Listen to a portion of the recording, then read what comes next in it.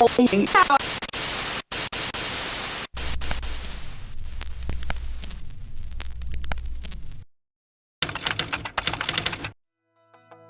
I'm Kiwi Callahan, and I'm here in North Carolina to find out what it's really like to work in a tobacco field. I called up my friend Oscar Colazzos, a Colombian-born stand-up comedian here in New York, hired him to be my translator, and we headed down south to try to take Where I Don't Belong undercover for the first time. The need for a labor union, I think, is made clear by the fact that this industry has not advanced as other industries have. At just about 7 a.m. on the dot, we got to work. Wearing ponchos, long-sleeve shirts, and gloves, we started topping and suckering the tobacco plants. Within 30 minutes, my partner Oscar and I were soaked from head to toe, despite the ponchos. After lunch is when the day got brutal. The sun came out full force. We had finished the first field and thought that we might be done for the day, only to discover another field just beyond the trees, bigger than the first.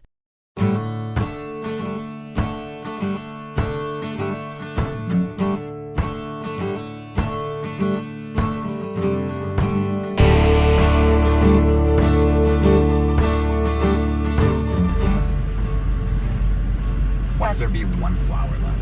Like I know, right there. Oh, that would be awful. This is I can't believe we just did that whole field. I can't, and the day's not even over. The plants in this field were taller, and somehow there were more bugs. We were still mostly wet, but now it was both sweat and rainwater. By 2 o'clock, I was feeling the heat. My work was slowing down, and I was having trouble finishing my rows with the rest of the group, so a few of the crew members would alternate doubling back to help me finish. Oscar and I had less and less to say to each other as the day wore on.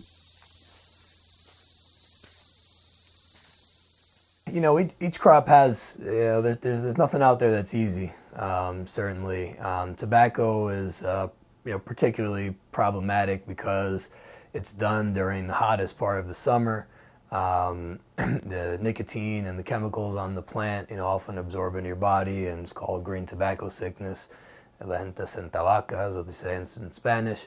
So, there's a lot of illnesses, work-related illnesses from doing that work, and heat stroke, and other issues that are, particularly bad.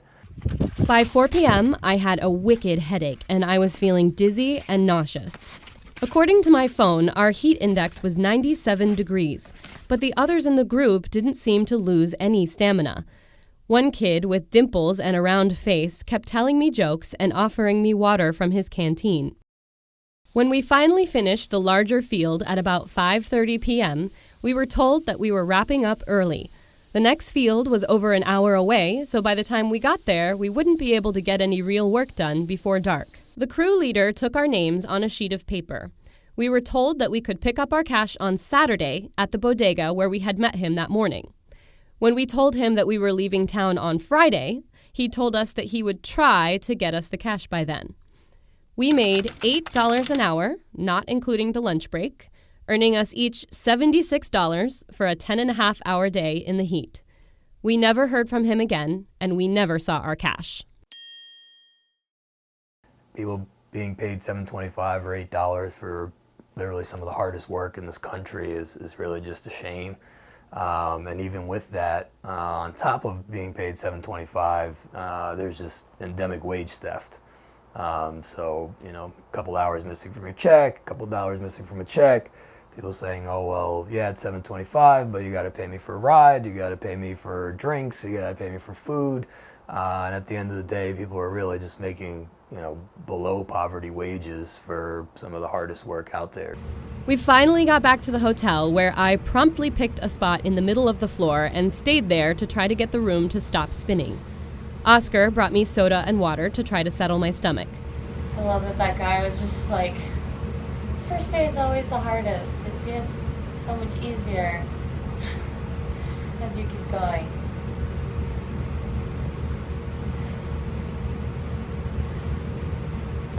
I mean, I'm sure it does a little, but Jesus.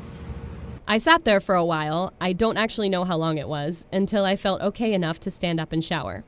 It was hours longer before I was able to eat. Should have done that a long time ago. My experience is hardly unique. I interviewed a former farm worker who now works construction, and he described similar incidents. My name is Alvaro. I got here in 1996. Came because the struggle was hard in Mexico. The first thing my parents started working was the fields. That was the only thing they had. Tobacco is kind of harder because of the chemicals they spray and the sun. The chemicals get in your skin, and the sun will make you absorb them. And it's long days, long days. A 2005 study by Dr. Robert McKnight at the University of Kentucky estimates that tobacco workers absorb the nicotine equivalent of 50 cigarettes during a typical workday. Other studies place that number a little lower at 36, but neither of those seem okay to me. I clearly hadn't built up a tolerance to having that much nicotine in my system, and coupled with the heat and dehydration, it was a bad combination. But the so-called green monster is far from the only obstacle these workers face. Migrant housing standards, even the legal and registered and inspected migrant housing is often something that you wouldn't think exists in this country. So you have things like, 5 toilets lined up right next to each other with no divider, and that's enough for 60 people to share in a labor camp, and that's legal. Talk about 30 people sharing a slop sink to wash their clothes in. When they've been working exposed to chemicals and pesticides all day, washing is very important. So housing, retaliation, wages, when people go out there, the law says there's got to be cold, clean drinking water, paper cups, soap, another thing of water to wash your hands with, paper towels in a bathroom, and that really never happens. So, you often got people out there eating in the fields when their hands are black with tar and there's no soap out there. So people are getting sick, and injuries and illnesses are really serious in tobacco. The fear is huge because, unfortunately, in North Carolina, you can be fired just because your boss doesn't like the color of your hair, just because you spoke up to them and told them that you wanted your hours, that you're tired of them stealing from you. That is what happened to me. I was tired. I always fought for my hours. And since I was supposedly a supervisor where I was working, I fought for my co-workers also. They would come to me and they would tell me, hey, we work these hours. You can talk to them, can you fix it for us? And of course I did, but it ended up costing me my job also. It was time for me to find a farmer and get some answers. I was able to interview one farmer who was extremely forthcoming and gracious, who asked to remain anonymous. We can call him Rick. Rick farms about 600 tobacco acres and about 900 acres of other crops like sweet potatoes and cotton. He hires between 100 and 110 H-2A workers every season.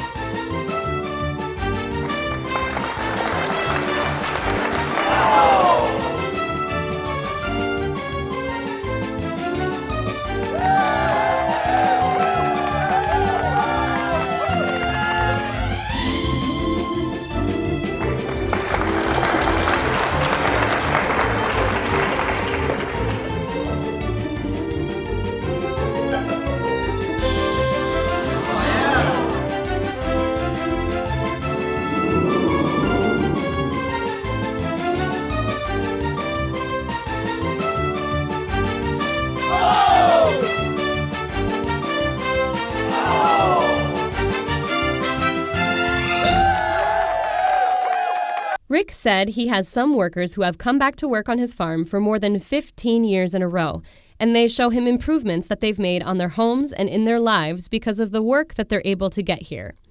He acknowledged that he couldn't keep an eye on almost 2,000 acres of crops every minute of every day, but he insisted that most farmers treat their workers with respect because there's no way to bring in a harvest without them. He also said that it costs him about $1,000 per employee to hire people through the H-2A program because he has to pay for their visas, their passports, and for an attorney to process all the paperwork. A representative for a major tobacco distribution company, who also asked to remain anonymous, said that while many farmers understand the political and health issues that surround this crop, it's a serious economic issue for them. Tobacco is one of the few crops that still sells at a high enough price to subsidize the expenses of modern farming. Farmer Rick's 600 acres of tobacco will sell for an average of $2 to $3 a pound, with the highest quality leaves going for up to $10 a pound. His sweet potatoes, on the other hand, will sell for an average of 30 cents a pound. Aside from the practical reasons to treat farm workers well, Rick also gets audited by representatives for the U.S. Tobacco GAP program, an organization created by the tobacco industry to monitor farmers. The reps will tour his farm, interview his workers, and inspect his paperwork to make sure that he isn't cutting corners. The consequence of a bad GAP assessment could mean losing his contracts with his distributors, which is why he says he's extremely careful about following the guidelines, and he's even building a new, updated housing facility for his workers this year. GAP is better than what existed before GAP, but it really is a joke. So essentially what GAP is the tobacco companies have a good agricultural practices. They have some forms of, they go through a checklist with the grower and, are you doing this, and sign here that says you're doing all these things. But it's just not a reality on the ground.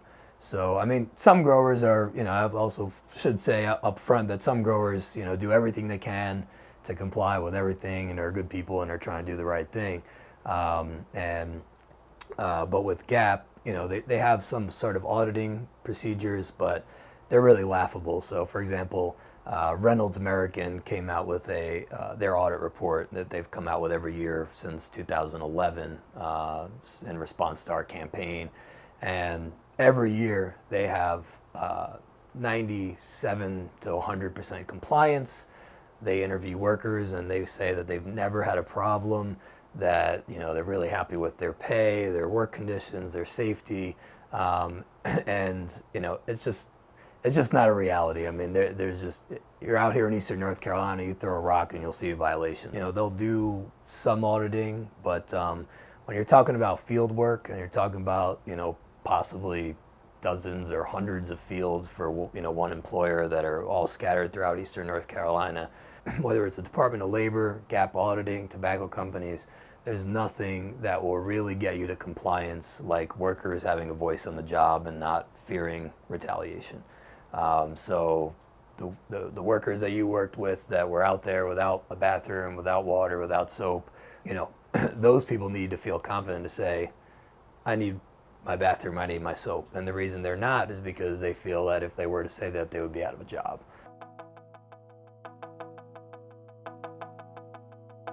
The truth is, there is no simple solution to these problems.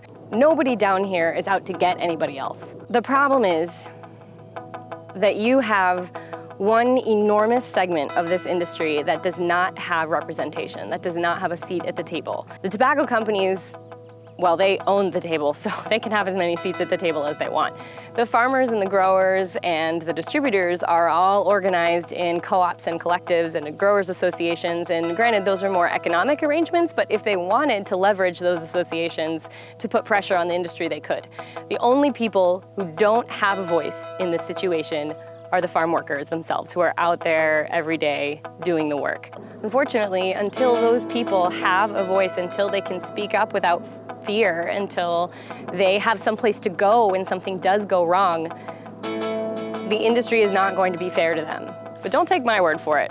The one thing that I heard across the board, from the crew leaders to the workers to the union to the farmers to the growers, everybody, They wanted me to tell you, come see for yourself. If you have questions, come see for yourself. I would also like to state for the record that I have done a very good job of not taking any cheap shots at Donald Trump, even though he is a silly, pudgy clown who could not last a day out here.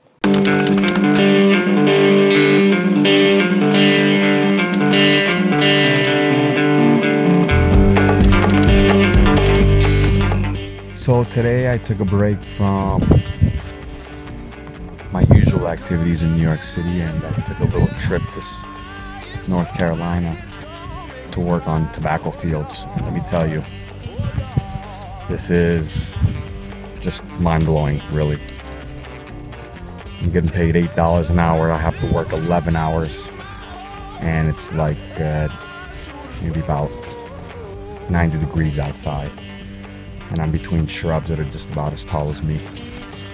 So all of you in your cozy cubicles complaining about that your office is too cold, suck it up, because your job is pretty plush. All right, here's the field.